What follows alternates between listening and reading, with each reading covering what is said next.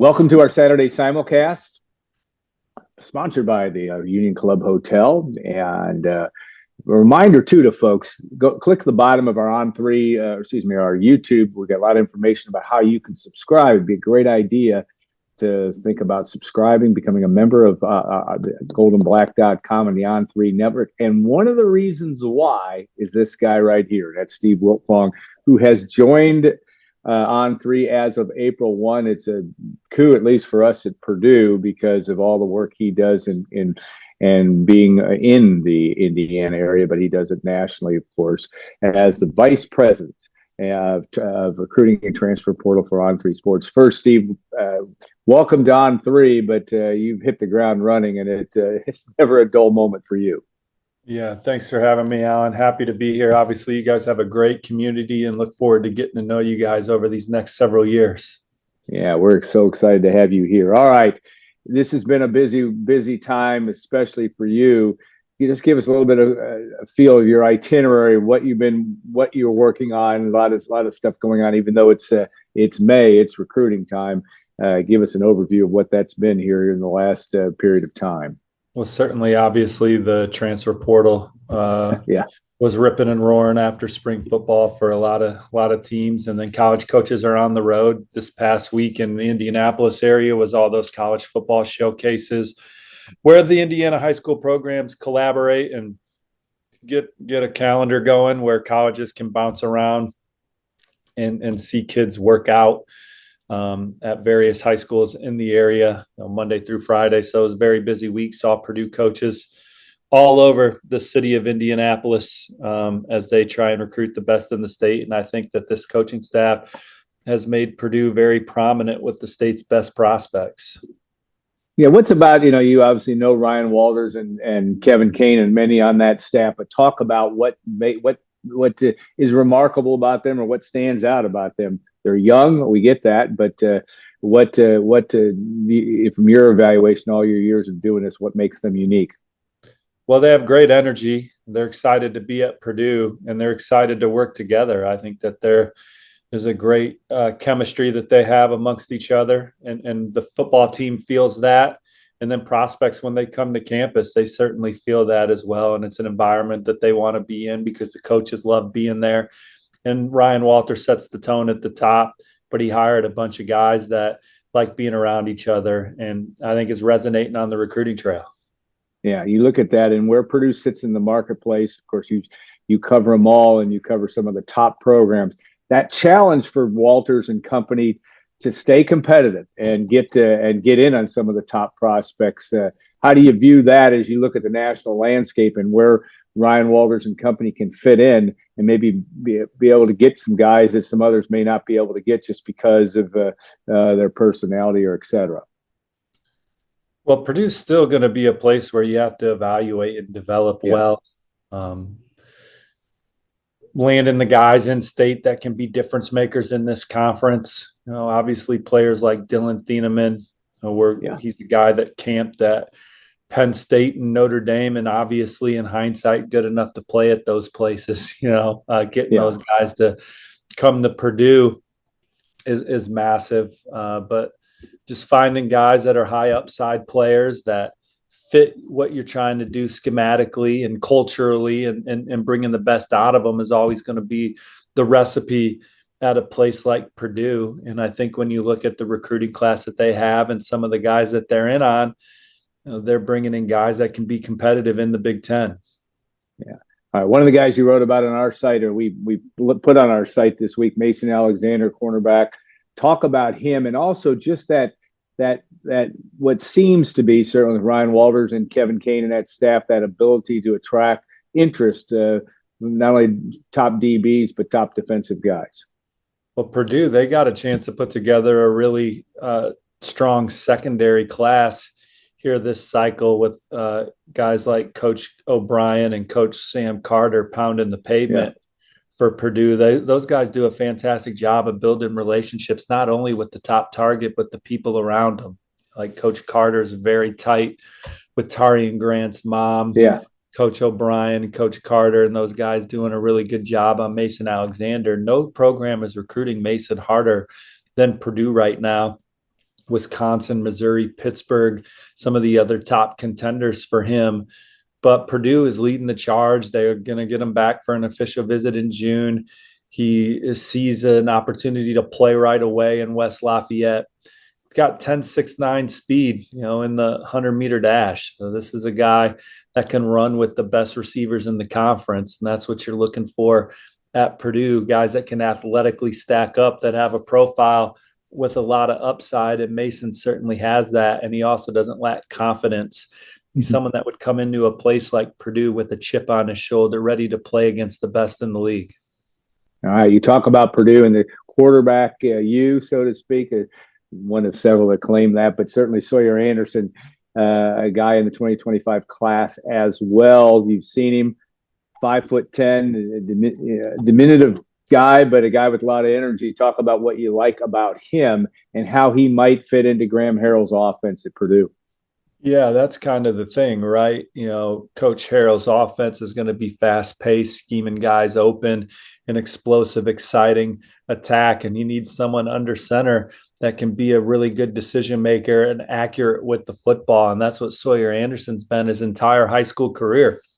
He's completed over 65% of his passes as a 3-year starter. He's thrown almost 1,000 footballs in games on Friday nights, and over 65% of them are completed. He's almost thrown for 10,000 yards in his career. He doesn't turn the ball over, 109 touchdowns to just 16 interceptions. And he's got some ability to extend plays with his legs and give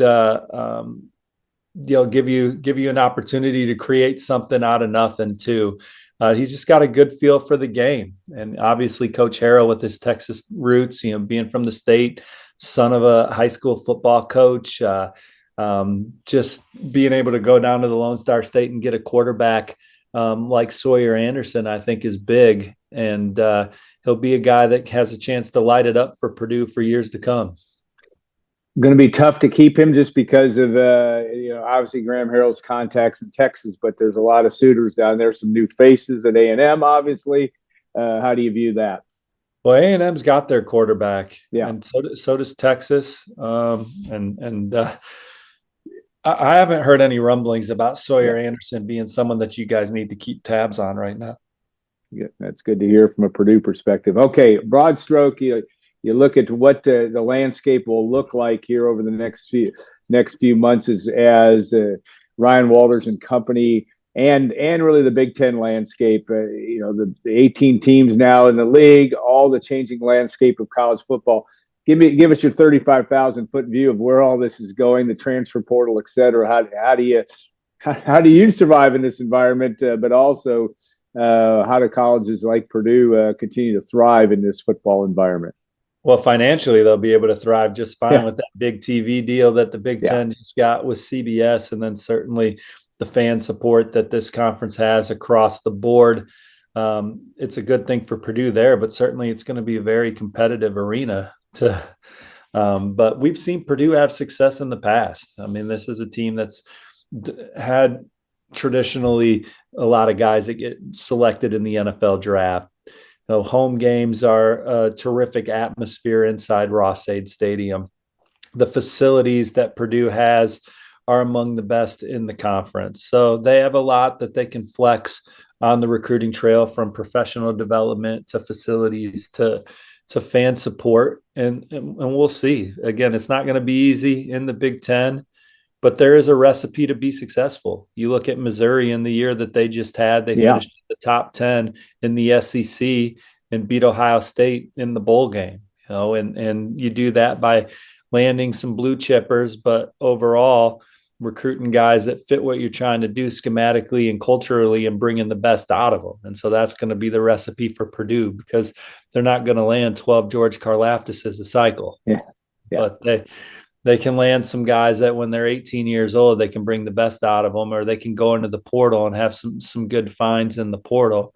Certainly, as college football and its shifts financially, Purdue, like everybody, will need support in that realm to continue to build a competitive roster as well, because that's a very relevant topic on the trail with prospects. and guys in the transfer portal and keeping your own players from going in the portal. Dylan Thieneman, the back room phone calls that were made about his value, massive, And so Purdue's got to be able to stand up in that arena as well. Yeah, NIL is a never-ending story, and no question, the stories we don't even hear about what happened that you may hear on the trail are pretty staggering about how challenging it is in that environment. All right, one last question for you. Just talking about from a professional standpoint, obviously making the move to On3, 13 years of 24/7. You've spent another 5 or 6 years in the biz before that. What attracted you to On3 and that opportunity to come and join us at this network? Well, obviously, first and foremost, Shannon Terry's the economy maker in this space, created rivals. It's still standing. There's a lot of guys that are over there making bread for their families. Then he created 24/7 Sports, obviously still standing.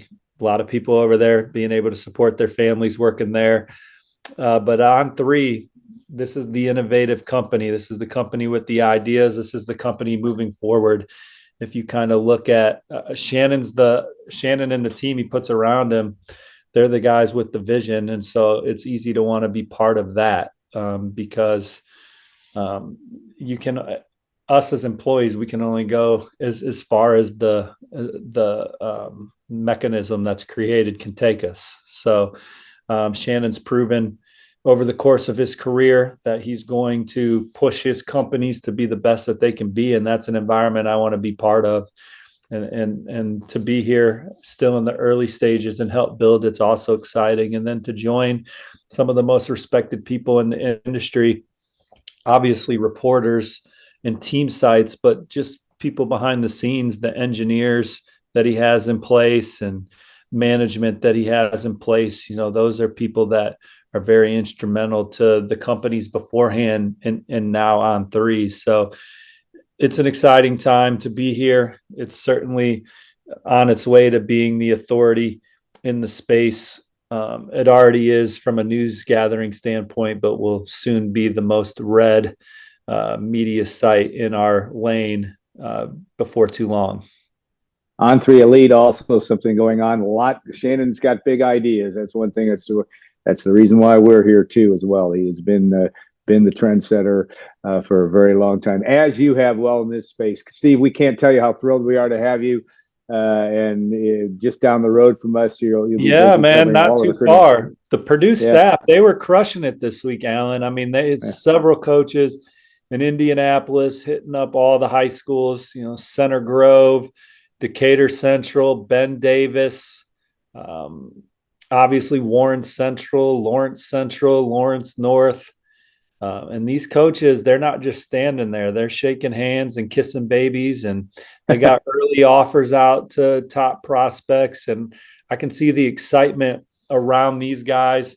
And when they're interacting with high school coaches and prospects and their parents, there's just a lot of excitement in the room. So we'll see what they do on the field this fall, but I like the staff and I like the energy. Yeah. One last appendix question, just on the state of Indiana football. I mean, you're talking about this and you've watched it also from a national perspective. Much better than it continues to be really, really competitive in the Indianapolis area. Is that your take as well? Well, I think people kind of point to, and so it's been a while that the Indiana high school football has been strong. Peyton Manning adding some interest to the state from a football standpoint. Now you look at the facilities that these high schools have for their football programs, the stadiums, the weight rooms. They're really nice and go toe-to-toe with most places in the country. Certainly there's some field houses and such that are in Texas and Georgia that are just unbelievable. But outside of that, Indiana, these kids that are playing suburb ball or township ball, they got great facilities to become better football players. And it's very competitive on Friday nights. I mean, you look at a loaded Warren Central football team this past year that didn't even have a 500 record, So The MIC used to be the standard of high school football. No one could mess with the MIC. Well, the Hoosier Crossroads has maybe surpassed the MIC the last 2 years, and that's not because the MIC's laying down. I mean, that league's also really good too. So football is very competitive in the state. There's a lot of good high school football coaches, and you got to have multiple coaches, right? So the assistant coaching in the area is really good. I was impressed by watching that at these pro days or college showcases, they're calling them this week. So, so with that, Purdue and they can take advantage and land some guys that have been coached up well, that understand how to play the game right. Yeah, no doubt. All right. Well, thanks again so much. And we'll look forward to a periodic conversation. We would love your work as it gets to our site as well, and of course across the network. So stay tuned. We'll be back next with somebody we both know well. Tom Dienhart will join us, talk about more Purdue football. And Steve, again, thanks so much for your time. Take care, y'all. Tom Dienhart joins us, editor of GoldandBlack.com, chief football writer. A number of things for us. We've been privileged. Gosh, Tom, it has been 5 years almost. No, it has been over 5 years, right? Yeah, you came in 19. It's one of the many blessings we've enjoyed, at least in my 28 years at Gold and Black, or just 28 now. But Tom, thanks for taking the time. And one thing near and dear to our hearts is Purdue football, and nobody does it better than you. But been an interesting time, and it's always interesting now with the transfer portal, and I don't know how these coaches do it. Is it fair, I guess, first question, is it fair to say that was it lower key than you expected? I mean, Purdue did have some defections, but seemed to me, at least from a Purdue perspective, it was relatively tame. Is that a fair way of looking at it, or how do you view it?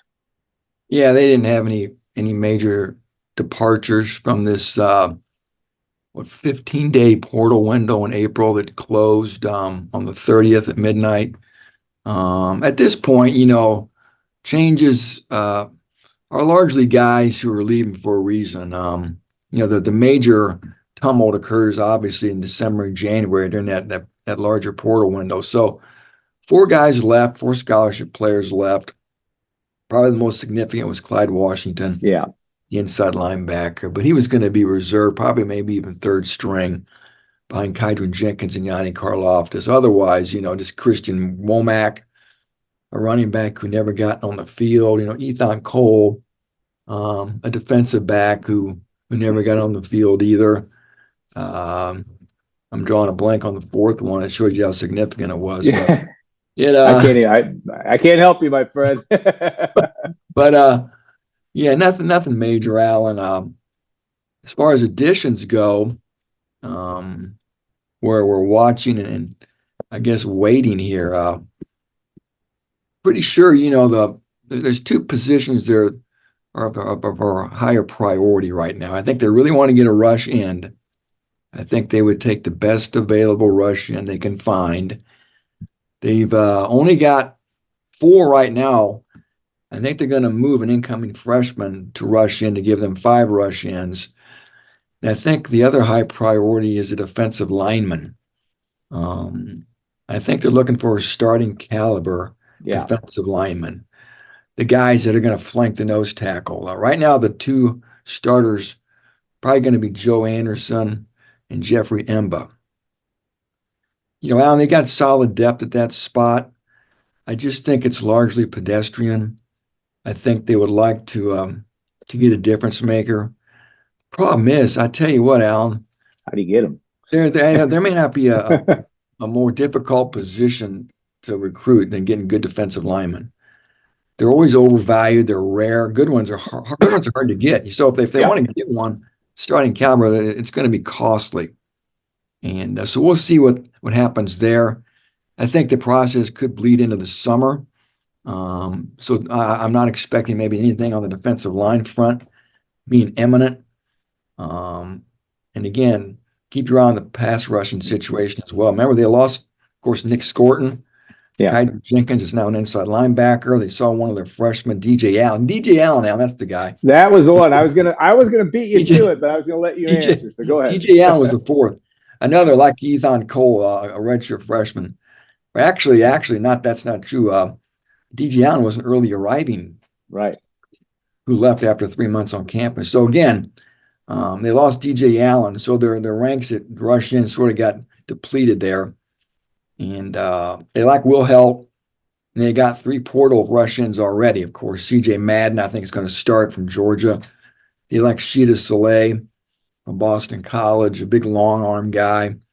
And then they've got an intriguing guy, Allen, from Franklin College, Division Franklin College, Jira Ojada. So again, I think they like to get somebody to bring the heat. So I think there was some talk early, Alan, about maybe getting a tight end, an inline tight end who could block. I don't think that's a priority anymore. Maybe a star position guy who plays cornerback, safety. I don't know if that's a high priority either. So, and just so viewers know, I posted Friday a scholarship distribution chart on the homepage.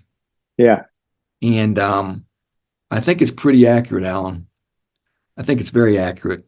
And I've got, by my tabulations, 82 of 85 scholarships accounted for. So obviously that leaves 3 available. So they're just sort of looking to tweak and fine tune the roster at this point.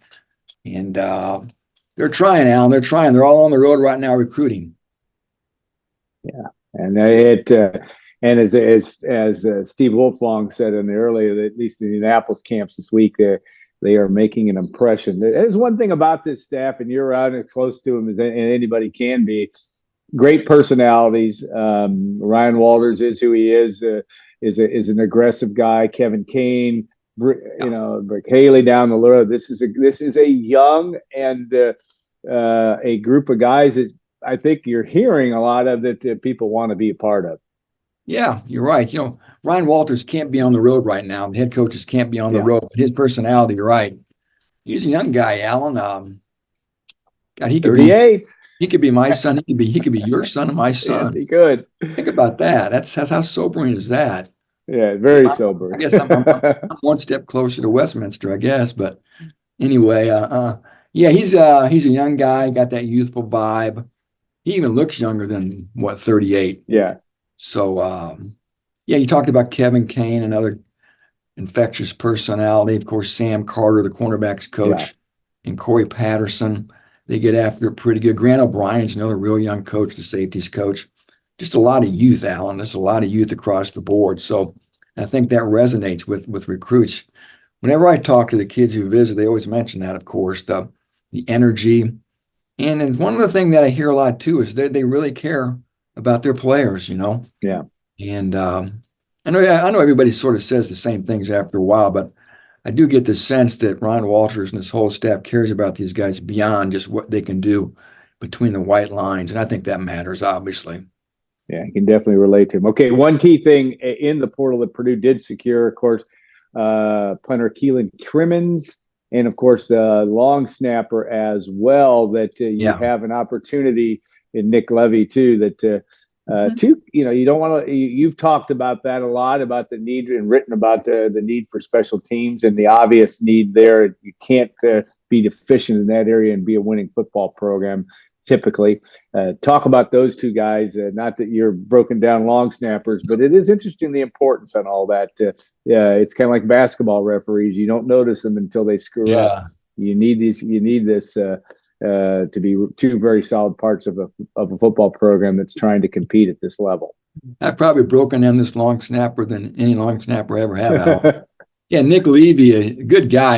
I got a chance to talk to Nick late last week after he committed. He's ready, Alan. He's really passionate about what he does, and wants to snap in the NFL. And he's actually here right now visiting. He got in on Thursday. He's going to stay through Saturday. So I know Chris Petrelli, special teams coach, I think he's pretty fired up. Chris, if you ever talk to Chris, man, he lives it and loves it. He has that warrior mentality. So he's got his long snapper, and he's got to get 2 more long snappers, Al, not to get too deep in the weeds here. put people to sleep with long snapper talk. But real quick, Chris wants 3 punters, 3 kickers, and 3 long snappers, ideally. A scholarship guy at each spot. Just 1 scholarship guy at each spot.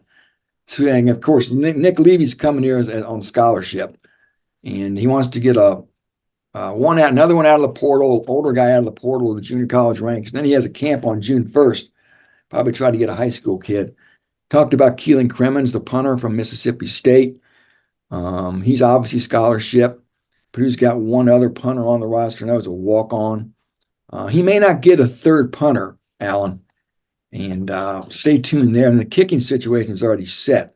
Spencer Porath being on scholarship, coming from Brownsburg High School in Indianapolis. One of the higher recruited kickers Purdue's had in 40 or 50 years, Alan. Help me. But Travis Dorsch would be about the only one, right? He was like a USA Today All-American, right? He was. Spencer's right up there, I think. Spencer can punt too, Alan. I think that's the plan. If they don't get a 3rd punter, Spencer can be your 3rd punter, although you never usually have a need for a 3rd punter. But anyway, Spencer Porath, and then they've got Ben Freehill still, and a 6th-year senior, and then they brought in a kid named RJ Lopez from UCLA, who's going to kick off. So I think they feel pretty good about the kicking situation right now. Although, Alan, you never know, buddy. When you get an 18-year-old kid out there, you can have the fattest scrapbook in the world. You just never know how guys are going to do once that pressure's on, the lights are on, the TV cameras are humming, and they got 60,000 people in the seats. So, but for, Spencer Porath, from all outside appearances, boy, he looks like the real deal. Yeah, you got Travis Dorsch. Chris Summers also did a little punting and place kicking. I believe Summers did. We know Travis did. He was at an All-American level at both spots. Back from 1998 to 2001. Wasn't a bad baseball pitcher either. We got to get our Travis Dorsch. We got to get our Travis Dorsch mentions in, because Travis is a watcher of the show, a professor out at Utah State. An outdoorsman, got kids that are skiing. He does it all. That Travis is I would never bet against. If you can gamble on Ironman or competitions at over 40, I'm betting on Travis. So, but we're digressing. All right, I want to talk a little bit about, I always love your work when we talk to the Brock Spacks of the world and looking at the NFL draft. Yeah, of course, looking at that 2004 NFL draft. It was not a real eventful draft for Purdue this year, though 2 guys get taken, and Tyrone Tracy and Seni Kane. And I love also the fact you look ahead to next year. But let's talk first about Tracy and Kane. Tracy getting in the 5th round, and he certainly helped himself by pro day work and certainly in the combine. But to talk about those 2 guys and their opportunities in the league, and the Kane's a hard hitter, plays hard. You want to bet against a guy like that's going to give a lot of effort. But how do you feel about that? Yeah, I think first of all, they're going to be good teammates, they're good people. Yeah. You always want to have good people around you, guys that are good in the locker room, guys that accept their role, guys who are selfless. I think that's aptly describes both of these guys. And Tyrone Tracy, he was a 6th-year player, Alan.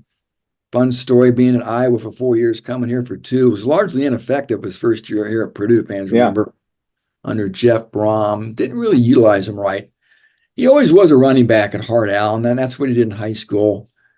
And we saw him get moved to running back last year, and the results were pretty impressive. And he also got to show his wares as a return man. I ran him on back against Fresno State. So I think he's the kind of guy that has a good chance to make a roster and stick for a few years because of his versatility and his work ethic and whatnot. And going to the New York Giants 5th round, I think that's where most people had him pegged to go in the 5th round. And I know if anybody watched social media, saw some of the things he put out, the emotion that he showed after he got picked. So he's an easy guy to root for. Yeah, no doubt. I don't know, maybe you read the little snippet I wrote when he got drafted, but here's a quick trivia question for you. Who was the last Boilermaker picked by the New York Giants? Wow, I should have, and I did read your stuff, and now my comprehension isn't very good. It wasn't Dave Young. It was not that far back. No, it was a guy. Who was recruited by Coletto, but ended up playing for Joe Tiller his last year. Wide receiver. Oh, Brian Alford. There you go, Brian Alford. God, I was thinking that there was another one that jumped in, but of course, Brian Alford was a high draft pick, went second or third round. And of course, a terrific player at Purdue, all Big Ten level, and one of the guys that really led that resurgence in '97. Did not have the NFL career for whatever reason, I think, but he certainly was a terrific and a great story too. You talk about a guy that was basically ineligible coming into the last year. I can remember the weekly vigil, it seemed, whether he was going to make it from junior college back to Purdue. He did. I think Joe Tiller got tired of us asking that question. It was back in those days when you could talk to those guys on a weekly basis. But you guys quit asking that about Brian Alford. He's good. It'll work its way out, but it did. And he was number 80 was terrific for Purdue, and Billy Dick, and that was quite the combination for the Boilermakers. Really, what was incredible, Alan, not to get too deep on the Brian Alford resume, but 1996, the last year with Joe Tiller, he was even outstanding then, and that was an offense that was not known to air it out. He was still a big play waiting to happen. You meant the last year with Coletto. Yeah, with Coletto. I was with Coletto. What did I say? You said Tiller, but that's all right. Yeah, Coletto was 96, and I tell you what, he had a great season in that offense. And what a great player. Time's kind of forgotten about him, but I think his picture's hanging up in Mollenkopf. And then of course you got Seni Kane, Allen, first Boiler ever picked by the Ravens. Some thought he would go undrafted. He snuck in, got to get picked late 7th round. And a lot of those same traits I talked about, Tracy has, Sanusi has, as far as a person. And he's a leader. He's got an infectious personality. People gravitate to Seni Kane. And he's resourceful. He can not only play safety, but of course, special team guy too. So I wouldn't bet against Sanusi making that roster. He seems like the perfect Raven to me, just a gritty guy. Guy. You think about the Baltimore Ravens, that's always what pops in my head, a tough defensive team that's resourceful and not going to be denied. And Seni Kane checks all those same type of boxes. I think he's the definition of a downhill player. They always talk about that. I always think, I don't know if I'm right on that, but I always think of Seni Kane as he plays downhill. Well, Seni plays downhill. I think they're all supposed to play downhill, but he certainly does it, and he's not afraid to hit folks and kind of return. I know he's a New York guy, but returning to the East Coast, and I'm sure family, and that's a big deal coming from Harlem, right? What a great story! Come from Harlem. He went to a place called Blair Academy. I think he had a long drive to school, but anyway, just a fun guy. You always root for people like that, and then next year, Alan, 2025. Yeah, what do you think? A little more fruitful. Purdue had, as you said, Purdue had 2 guys picked this year. It was the 5th year in a row they've had at least 2 guys picked. And next year they could have at least 3 guys picked, I think, for sure. First guy off the board probably is going to be Gus Hartwig. Question there, can Gus be a day 2 pick, Alan? Could it be a 2nd or 3rd round pick? Yeah. We'll see how this year goes, how he tests and whatnot. So Gus is there. Hudson Card, the quarterback, I've had people insist to me he will be drafted. Again, I'm not sure how high. Would he get picked higher than Aiden O'Connell, who's a 4th round pick? They're not the same type of quarterback. No. Hudson checks a lot of boxes, and I think has a chance to be a pretty good player, Alan. So Hudson Card, we're watching old Hudson, and who would be? I've already drawn a blank on who my other guy was that I talked about this week, but they've got a chance, I think, to have hear their name called, like I said, at least 3 times. Here's my story. I'm pulling it up now, Alan. Yeah, you got, Kydron Jenkins. Kydron Jenkins, absolutely. KJ, making that move from rush in to inside linebacker. He made that move because people think that's his best shot to play in the NFL. He's not going to play on the edge in the NFL at 6'1", 260. Probably not even 6'1", Alan. I've stood next to KJ, and he's about 6 feet tall, but again, his only hope is to be an inside linebacker. I think the comparable I've heard is Juwan Bentley, another big physical inside linebacker. So I wouldn't bet against Jenkins either. He's just, as they say, Alan, a football player. He's tough, and he's made that transition to inside linebacker over the winter through spring football. All reports are he's making the move well, and It's going to be closer to the ball, and we're going to still see him line up on the edge and passing downs, I think. But yeah, so Gus Hartwig, Hudson Card, Kydron Jenkins, probably the 3 Boilers who should get drafted next year. After that, I think a couple transfers, Corey Stewart, DJ Wingfield, 2 offensive linemen, and then maybe a couple of defensive linemen, Jeffrey Emba and Sheeta Soleil are probably the guys most likely to get picked next April. The draft will be in Green Bay, Wisconsin. Yeah, Detroit, which was an iconic place in its own way, downtown Detroit. Which they had great crowds for that. And my son Reed spent some time down there, so I've got familiar. We had a lot of fun looking at all the buildings. Reed had just moved from Detroit to Chicago, but fun to see that. And then Green Bay.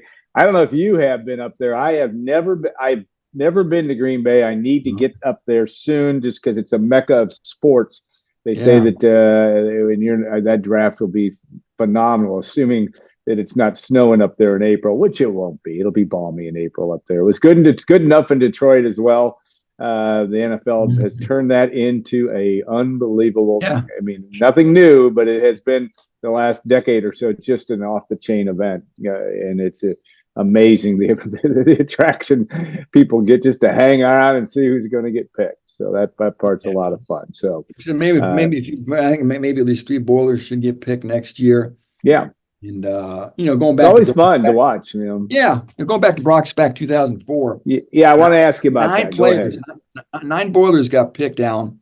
Now back in 1960, they had 10, but of course they had like 12 rounds that year. Yeah, and there's only 7 rounds, I think, since 1994 in the NFL draft now. So it's a lot harder to get that many guys selected. So 9 players in 2004, no first rounders, no second rounders, but it really picked up in the 3rd round. Of course, the first pick, crazy enough, Alan, the first pick was a guy who was a walk-on, Nick Hardwick.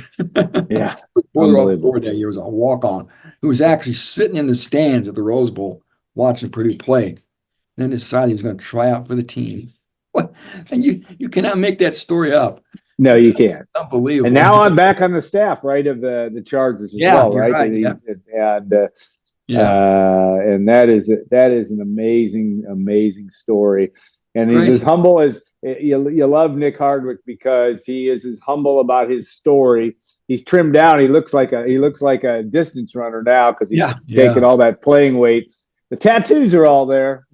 We know that, but he was an unbelievable story. But I love that class because of the people. Craig Terrell, of course, one of my favorite people, and played. I think he played long enough in the league to get his pension.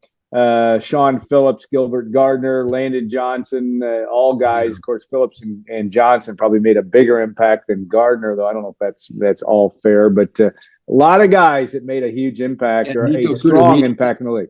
And Nico, obviously. Love Nico and Stuart Schweigert. Yep. So you had guys that were all players there, and that's why that Purdue defense under Brock Spack in 2002 and 2003 especially. Maybe those linebackers. It's unbelievable. Yeah. Defensive linemen. Yeah, if you're Ryan Walters, you'd like to have that contingent playing for you. It's funny talking to Brock about the pass rushers, and he thinks the best pass rusher that he had was Roosevelt Colvin. Yeah. He just always talks about that way that guy worked was unlike anybody else, and people maybe don't realize the type of player he made himself into at Purdue. Obviously, we saw the fruits of the labor in the NFL, but just a relentless pass rusher, a hard worker, and a guy who I think obviously Alan got everything he could out of his potential and then some, and had a very nice pro career. Now, of course, fans get to watch two of his kids play up here, the Raven and Miles. Yeah, you've got to give Roosevelt and Tiffany Colvin credit for those two, because you got 2 of the best. Raven is an all Big Ten level. Is an all Big Ten level player in volleyball, and fun to watch. And I think it's going to be a blast to watch just to see how good Miles Colvin gets for Matt Painter and company. I'm thinking he's going to be pretty good. I think he learned a lot of lessons this year. So between him and Heidi, and you got Catchings coming in, Alan, all this talent. I mean, you're going to have to fight for your minutes, I think. And that always makes everybody better, I think. But yeah, I'm like you, really eager to see these guys, Heidi and Coleman, develop. And then these newcomers coming in as well, especially this Catchings kid, Cannon Catchings from Brownsburg, who was obviously at a prep school this last year. But I mean, this kind of guy sounds like he could be a lottery pick. So yeah. As I'm not breaking news to anybody watching this. That Purdue basketball program, everybody wants to know every little move it makes, and with good reason, given the momentum they've got going right now. Yeah, brother Brian Newbert is trying to make sense of all that and does a great job. It's going to be fun to watch that and really fun. If you take a step back, and it's hard sometimes in football to say, boy, it's daunting. The schedule is murderous for Purdue coming up, when you have Notre Dame and go to Oregon State, you got Oregon and Penn State, et cetera. Ohio State, if you take a step back and say, kind of watch the process here and see how it develops. There are so many storylines and so many ways of determining the job that Ryan Walters and staff have to do in developing talent and getting all those kids, so to speak, to play together.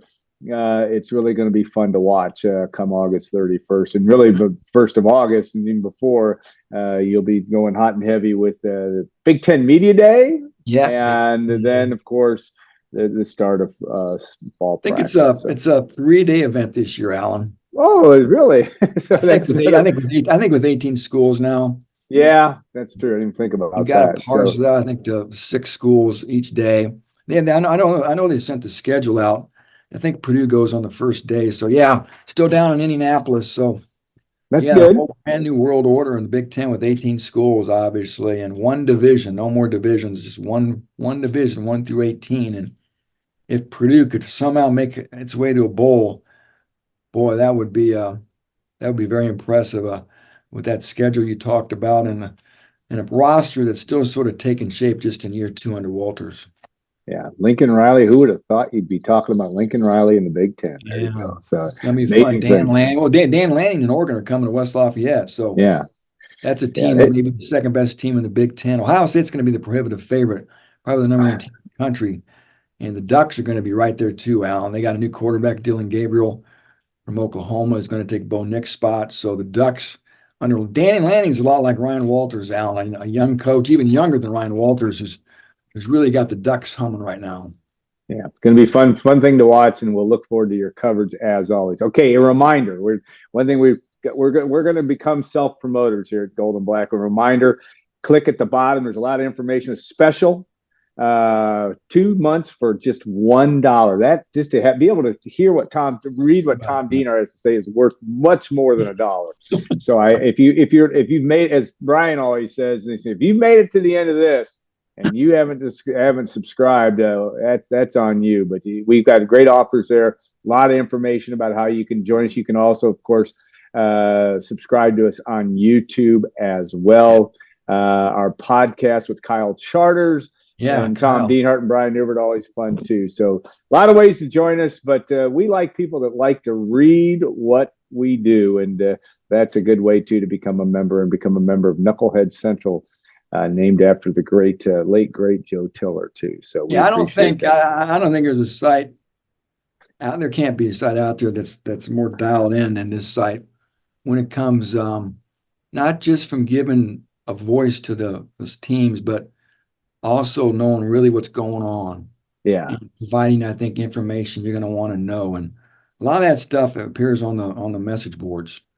Yeah, that's where the action takes place, right, Al? I mean, there's obviously great stuff on the homepage, but I tell you what, that's the heartbeat and the pulse of this site is that message board, and a lot of fun, a lot of conjecture, a lot of ranting, a lot of raving, a lot of exchanging of ideas. But it's a fun spot that whenever people want to know, hey, what's going on in Purdue Nation? What are the fans thinking? They want to go right to that. I know I was like that before I joined.